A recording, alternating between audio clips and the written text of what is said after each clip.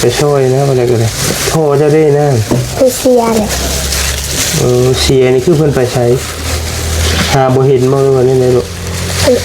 นตายโอ้จักปีแล้วเพิ่นตายจักปีแล้วนะบ่ฮู้แต่เรายังน้อยนะแต่เจ้ายังน้อยเพิ่นบ่เจ้าใหญ่มากแต่ก็บ่ได้เห็นพ่อจะบ่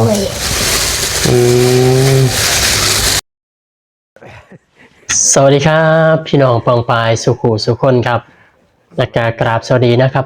พี่น้อง FC ของเบาเตียงทองน้ำเด้อครับผมนะครับที่เขามาเบิ่งช่องนี้นะครับพี่น้องครับมื้อนี้ก็มาพบกับผมอีกแล้วนะครับผมเบียร์ใจดีนะครับพี่น้องครับพี่น้องครับมื้อนี้ก็ผมขออนุญาตนะครับเบาลี่นะครับแล้วก็ขออนุญาตFC เบาลี่นำนะครับขออนุญาตเอาคลิปเบาลี่มารีแอคชั่นให้พี่น้องเบิ่งนะครับซึ่งนะครับผมได้เบิ่งคลิปเบาลี่ที่เพิ่นไปถ่ายพี่น้องชนบทแถวสปป.ลาวเฮานะครับพี่น้องครับซึ่งเพิ่นไปถ่ายนะครับพี่น้องครับก็มีน้องคนนึงน่ารักแฮงครับพี่น้องครับซึ่งอยู่กับแม่นะครับกำพร้าพ่อนะครับแล้วก็น้องเพิ่นเป็นตาสงสารแล้วก็น่ารักนํครับพี่น้องครับผมก็เลยอยากมารีแอคชั่นให้พี่น้องเบิ่งนะครับซึ่งน้องก็อยู่กับแม่กำพร้าพ่อนะครับหลายๆคนก็อาจสิได้เบิ่งคลิปของเบาลี่แล้วเนาะพี่น้องเนาะแต่ว่าผมก็อยากมานำเสนอให้พี่น้องเบิ่งอีกรอบนึงนะครับพี่น้องครับซึ่งนะครับพี่น้องครับผมรู้สึกว่าผมหลงหักเบาลี่ได้พี่น้องครับหลงชื่นชอบในตัวตนของเบาลี่ได้พี่น้องครับจากที่ผมชื่นชอบเป็น FC เบาเตียงแล้วนะครับชื่นชอบในการแบบว่า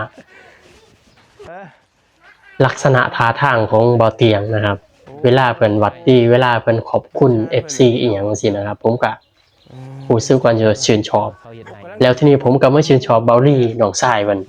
เบาเตียงนะครับรู้สึกว่าชื่นชอบแบบว่าลักษณะท่าทางเวลาเพิ่นคุยกับแบบว่าน้องๆนะครับคนแบบตกทุกข์ได้ยากเวลาเพิ่นไปคุยนั่นนะครับพี่น้องครับผมชื่นชอบเวลาเราเว้าแบบเว้านำแล้วก็หัวนำแล้วก็ยิ้มนำนะครับเบาลี่นะครับซึ่งเพิ่นก็อายเพิ่นมีเสน่ห์ในโตนะครับซึ่งทั้งที่แบบว่าคุยกับแบบว่าเขาทุกข์ยากลำบากสินะครับพี่น้องครับแต่ว่าทั้งที่เขาลำบากเขาเศร้าอยู่เขามีน้ำตาอยู่เขาหายอยู่แต่ว่าเบาลี่เพิ่นสิบ่เศร้าตามจังซี่นะครับเพิ่นสิเว้าแบบนำล่ะครับหัวนำแบบหยอกนำจังซี่นะครับผมรู้สึกว่ามีเสน่ห์เด้พี่น้องครับมีเสน่ห์แล้วก็รู้สึกว่าเพิ่นน่ารักครับพี่น้องครับเวลาคุยกับแบบจักเป็นจังได๋ครับเพิ่นมีเสน่ห์ครับ2อ้ายน้องนี่แบบโอ้แบบมีเสน่ห์แต่ละคนแบบบ่คือกันอ้ายน้องแบบโอ้อีกอย่างนึงผมว่าชื่นชอบครับผมก็ติดตามอ้ายเพิ่นนะครับโอ้ผมว่าแบบสุดยอดมีเสน่ห์ในตัวครับเพราะว่าเป็นสายบุญที่แบบว่ามีทั้งเศร้ามีทั้งตลกมีทั้งยิ้มมีทั้งหัวเราะจังซี่นะครับเพราะผมว่าเป็นสายบุญที่แบบว่าต้องคอยเนียนเลยว่าบ่ถูกนะพี่น้องครับเป็นสายบุญที่แบบลุยแบบเอาถึงแบบทุกอย่างครับพี่น้องครับบ่ว่าสิดึกดื่นกับไปได้ครับพี่น้องครับนะครับเอาล่ะพี่น้องครับเป่าหลายยายห่างครับพี่น้องครับเดี๋ยวผมสิพาพี่น้องไปเบิ่งคลิปน้องคนนี้นะครับน่ารักแท้ครับพี่น้องครับนะครับแล้วก็สงสารครับพี่น้องครับนะครับคนเฮาเนาะพี่น้องเนาะมันบ่เท่ากันนะครับพี่น้องครับนะครับความจนความรวยมันบ่ซ้ำกันไอ้นี่ครับพี่น้องครับนะครับเอาล่ะพี่น้องครับก่อนที่สิพี่น้องสิไปเบิ่งนะครับก็อยากฝากพี่น้องนะครับฝากกด Subscribe กดคอมเมนต์ให้กำลังใจผมทำคลิปต่อไปแล้วก็ให้กำลังใจเบาลี่นำนะครับพี่น้องให้กำลังใจสะพานบุญทุกๆคนนะครับเอาล่ะพี่น้องครับเว้าหลายอย่างห่างนะครับไปชมคลิปพร้อมๆกันครับพี่น้องครับบ่นุ๊กด้วยปานเคยเห็นม่วงแท้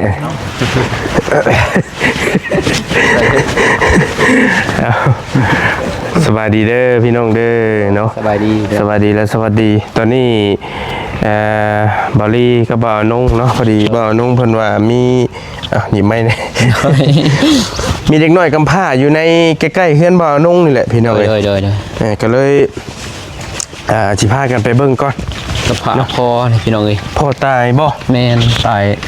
แต่น้อยบ่เลย โอ้อันนี้เราเป็นตะเคียนเราเป็นยังไงนี่ อันนี้แบบนั่นเด้ตะกี้เรา โอ้ หาป่านะ เออ นี่ก็ทุกข์คือกัน โอ้ย แต่บ่มีหยัง เราจะว่า มี กัน ลายบ้านในบ้านนี่ก็มีลาย อันนี้คือในเมืองนะพี่น้องไง โดย ในเมืองแต่ว่ามันก็มีคนที่ลำบาก หลายกัน ทุกข์ยากปะปนกันอยู่ในนี้เนาะ โดย ไปบอกว่าพามทำเพลงมาเบิ่งเลยกับแต่เมย์ยังอยู่บ่ จังเด้นี่บ่ได้มีแต่เห็นแต่น้องเพิ่นอยู่ โอ้ แม่นี่จักมันสิอยู่หรือบ่ แต่เฮือนหลังไหนดิ นี่ เป็นนั่นมันตัวขาวๆหันบ่ โดยเพิ่นเรียบเลย อืม เยือนมันก็ทีกันเลยนะดินบ่มีเลย ไปเมียรถถีบก่อนเอารถถีบเอาไปเมียใช้น่ะ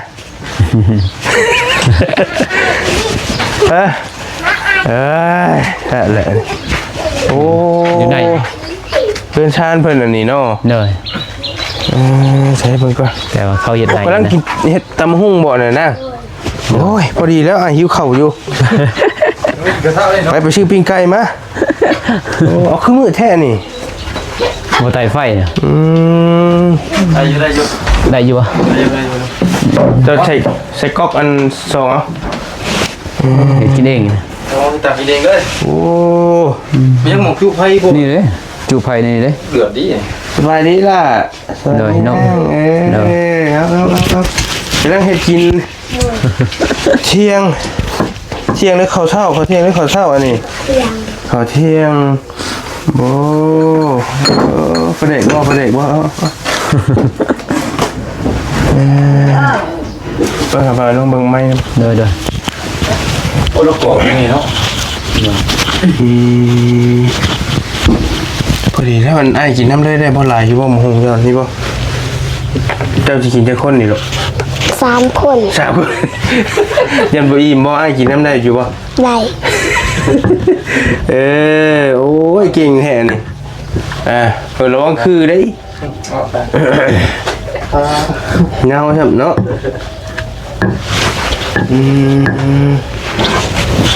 ทำมือก่อน ตัดตังหมดเป็นแล้วนะ เป็นนี่มันต้องบ่ไปเกี่ยวหรอกมันต้องคอยเนียนเด้อย่าน้ำมันโผโอ้โห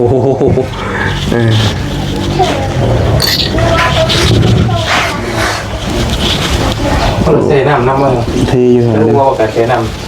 มันเกาะบ่ ำเป็นหุ่นแล้ว จะได้บอกไปชื่อนี้แล้ว แม่ เอ้าคือเห็นแล้วนี่หรอ เอ้า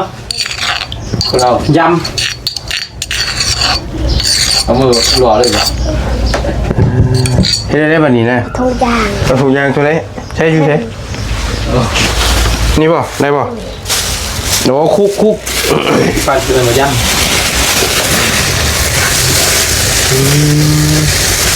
ถุงยางเดี๋ยวมันคือ คำว่าถุงยางภาษาไทยมันคือถุงยางอนามัยนะพี่น้องแต่ว่าของบ้านเขาเนี่ยเป็นเรื่องถุงยางภาษาไทยถุงพลาสติกโอ้ขยังก็ให้รับคนกันกลัวจะอยู่เพื่อนกับไพ่นี่หรอก กับอ้าย กับอ้ายอันเมย์จะได้ แม่ขอไปใส่ปุ๋ย ไม่ใช่ผุย ดูกาแฟ ฮะ ดูกาแฟ ดูกาแฟเจ้าเองมั้งหรือกาแฟฮับจ้าง เฟเอื่อย กาแฟเอื้อยไปช่วยนะอะไรกันเลยพ่อเจ้าได้นะ ไปเสียเลย เสียนี่คือเพิ่นไปใช้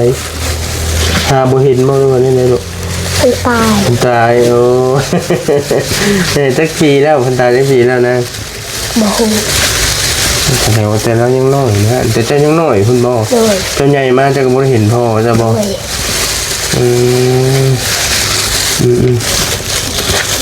โหเริ่มหอมแล้วได้เฮ้ยแล้วล่ะบ่ แล้ว ไปกินอยู่ใช่ป่ะนี่ อยู่เตียง อยู่เตียงไปมันอย่างมือเนี่ยพอดีแล้วมันแจ้งไปเบิ่งคนจะกินกับไผ่เป็นยังไงโอ้เซ่บๆอันนี้โอ้เก่งดิตามมาหุ้งเองก็เป็นอันนี้ มาใช้เข่าจะดิโอเค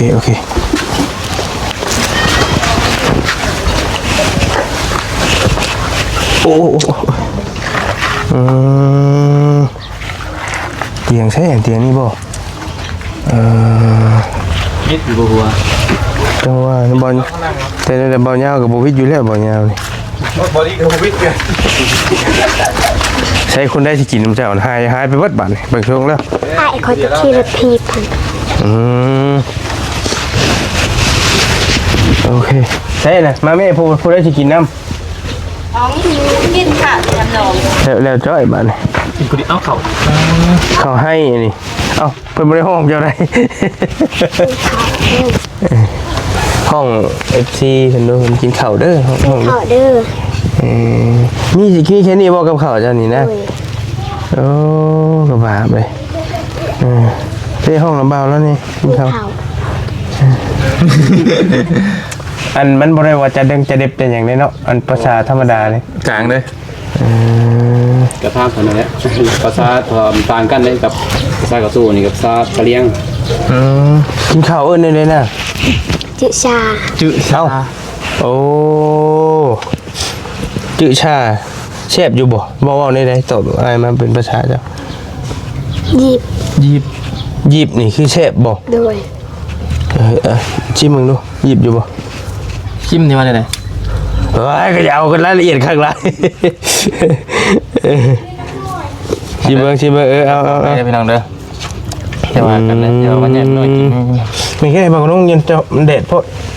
อเด็ดพอเทมันนั่งนั่นกันได้ยังได้ไหม ไหนเนี่ย มันเด็ดได้พี่น้องได้อยู่ดอกเขาจะเป็นก็ได้อยู่ ไหนวะ มาหุมพี่ได้ฮะ แอมเด้อ แจ็คอยู่บ่น่ะ แอมเด้อ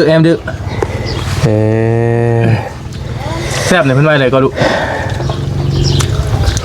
แซ่บ หยิบ ยิบเดแล้วอ่ะยิบเดคือเดหลายชนเผ่าเนาะ แม่น ช่างพี่ กินบ่ บอกพอแล้ว โอเคพี่น้องน้องมันก็หายไปเบิดเลยเนาะ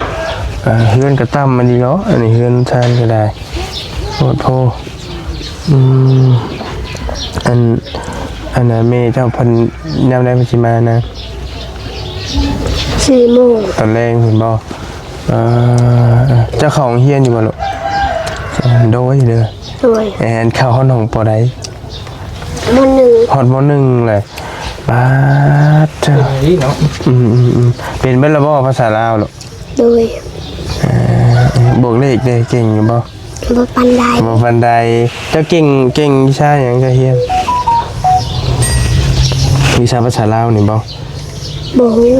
บ่ฮู้วิชาเฮียนอยู่ไสโรงเรียนจ้ะ โรงเรียนมโตเมือง จะไปแนวใดจะเวลาจะไปแนวใด ยาง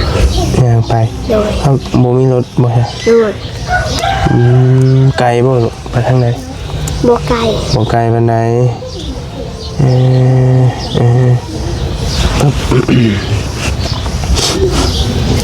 สิเฮียนฮอดไส โบหู บ่ฮู้มื้อนี้วันหยังใช่มื้อนี้เจ้าคือบ่เข้า ผมโบเฮียน เพิ่นบ่เฮียน โดยฝนตก คนตัว เพราะว่าโรงเรียนผมมีหลังคาบ่สรุปอาจารย์ติดธุระนะบอกครูมีเวียกบ่ โดย พี่น้องอันนี้เฮือนชานเจ้าแท้ๆบ่เฮือนแม่เจ้าบ่นี่นะแต่คนอยู่นํกันนี่แหละ 3 คนมีเจ้าแล้วก็มี มีอาย อ้าย กับแม่ กับแม่ โดย แค่นั้นแล้วอันผู้ได้อ้ายเพิ่นน่ะ นี่ที่รถ อย่าดอกแม่เจ้าเพิ่นมีลูกแค่2 คนนี่บ่นะ โมเมน มีจักคนเท่านั้นมี5 คนโหเพิ่นไปใช้เบิดตอนนี้ เอาผัว เอาผัวแล้ว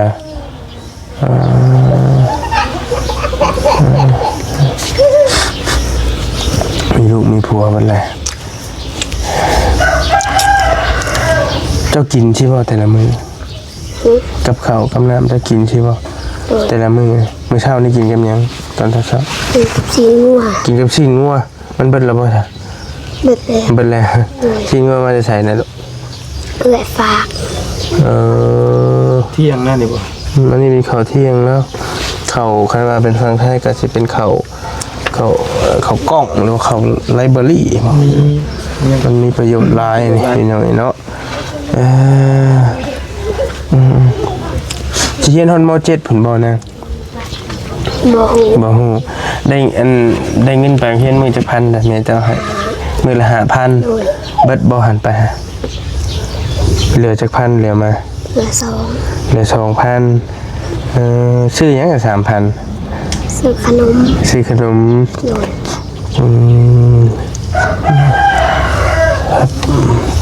โดย ได้เสียงได้ที่เท่าไหร่เจ้าเขาเนี่ย ที่ห้า ได้ที่5ชำน้องสาลีที่บอกจำกันเนาะถามน้องสาลีว่านี่ก็ได้ที่5แล้ว14บวก15เท่าไหร่นะ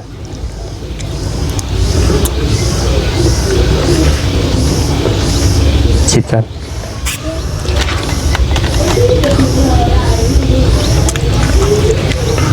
เป็น49 โมแม่14บวก15เอาไหมคิดไหม14กับ15บวกใส่กัน14กับ15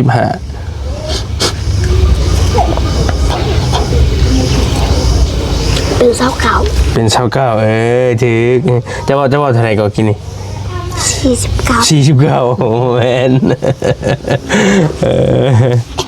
ใครลูกนี้ก่อนข่อยยังจะถามเรื่องเด็กมันข่อยบ่ได้ปันใดได้ข่อยกับเด็กก็น้องอยากชาหน่อยนึงแต่ว่าภาษาลาวนี่คือสิได้อยู่บางช่วงคืออันนี้เพิ่นเว้าชื่อเบาเหย้านี่ โดย ไอ้ชื่อเบาลี่นี่เขียนเจ้าเขียนได้อยู่บ่เบาเหย้าเบาลี่สิเขียนเป็นเขียนชื่อนะได้อยู่เนาะ แม่เอาเงินไปเรียนเงินจักพันนี่ล่ะ 5,000อันลายชุดเจ้าได้เท่าใดหั่นลูก5,000คือกัน เจ้า บ่เตียงพี่น้องพอดีบ่เตียงเพิ่นโทรมาหน่อยนึงเนาะกำลังสิเดินทางมาแล้วมื้อนี้ก็ได้พี่น้องเนาะเจ้าฮู้จักอ้ายอยู่บ่ลูกบ่จักบ่เตียงบ่จักซ้ํอันเข่าอันนี้เจ้ามาจะใช้อันกิน เขาแต่เอื้อย เข่าแต่อันเข่าเจ้าเองได้จ้ะ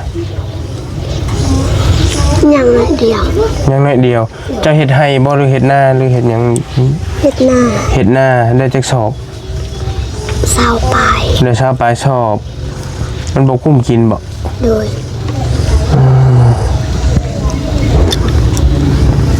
เช้าปลายสอบ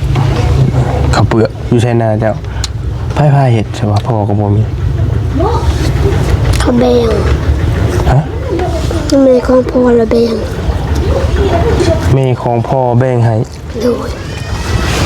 แบบใดเด้บัดนั้นบ่เข้าใจเพิ่นไปเฮ็ดหน้าเจ้าสิบ่ บ่แม่น เพิ่นเฮ็ดแบบใด แม่ย่า แบบใดบ่เข้าใจ แม่ย่า อธิบาย ของพ่อเป็นให้ แม่ย่าของพ่อให้แม่ของพ่อให้ แม่ของพ่อเอาให้เจ้า แต่ว่าเจ้าเอาเจ้าไปเฮ็ดหน้าน้ำเพิ่นสิบ่หรือเฮ็ดแบบใด ให้กินชื่อกู เฮ็ดต่างบ่ละไผพาเจ้าไถให้ไถนาหั่นน่ะ ได้ พี่อ้ายโ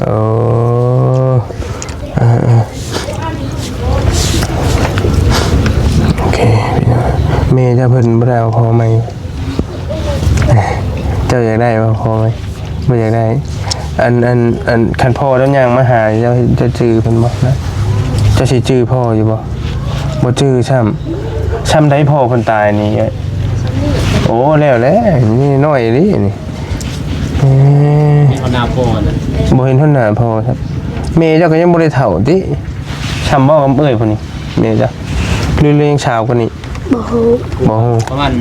40 ไผงามกว่ากันแม่เจ้ากับพุ่นนี่ บ่ฮู้ บ่ฮู้เห็นเอาไงกินแซ่บบ่เบิ่งไอ้ขอโทษเด้อไอ้ขอชิมน้ำหน่อยเด้อ ก็ว่าสิชิมเบิ่งน้องๆกัน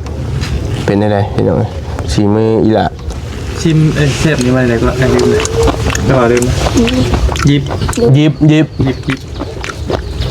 นอนแอบไปดูเลย เผ็ดแต่ว่าน้องเพิ่นก็เก่งในบ่อายนะพี่น้องกินข้าวได้ชอบใช่มันเด็กน้อยบางคนแล้วมาเห็นแบบนี้บ่ได้แล้ว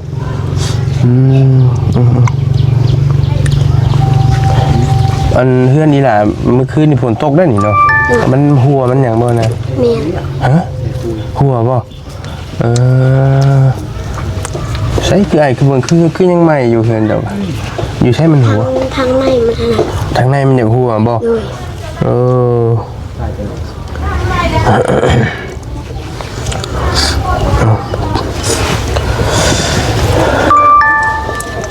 บ่ว่าช้ำบัดนี้ไอ้เบิ่งนี่ ปลายอาย ไปให้กินมื้ออื่นไปบ่โรงเรียน ไป ไปอยู่โอเคพี่น้องดูย่างไปทางพี่บ่ทางใดทางเฮือนบ่นงพี่บ่จะไป บ่แม่น ไปทางใด ทางนี้ ไปทางพี่บ่เอากินอิ่มเลยอิ่มเลยโอเคพาไปเก็บไว้มันนี่ปะไปพาไอ้ขึ้นเบิ่งเฮือนจังหน่อยนึงมองอยู่มองนอนเพิ่นเป็นจังไดมาใส่มองอยู่มองนอนอยู่ใส่อันเบาเจ็บก็มาเลยปาดีเด้อพากันมาได้ใช้ยังไงเบาโกมาแต่ธนาคารไปโทรหรือไปฝากไปโทรโอเคได้กินทางไหนพวกพี่ได้เนาะเพื่อนน้องเพื่อนเนาะว่าจะกินน้ำกินยังก็โอ้เป็นเพื่อนใหม่เนาะเป็นฟ้าเป็นเรียบบ่ทางพี่เอิญขออนุญาตเด้อไม่นอกพัดกินมันคืออย่างนั้น เป็นเครื่องออนไลน์นี่ โอ้มันกดเอาเลยบ่นี่นะกดดูดขึ้นมาเลยบ่เคยเห็นพี่น้องเนาะใช่จะนอนอยู่ใช่นี่เด้อน อนอยู่นี่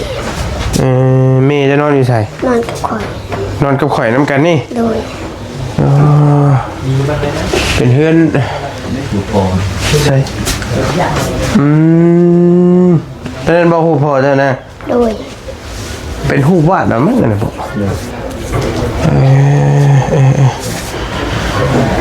ก็สะอาดดีอยู่เพื่อนน้องเพื่อนก็ได้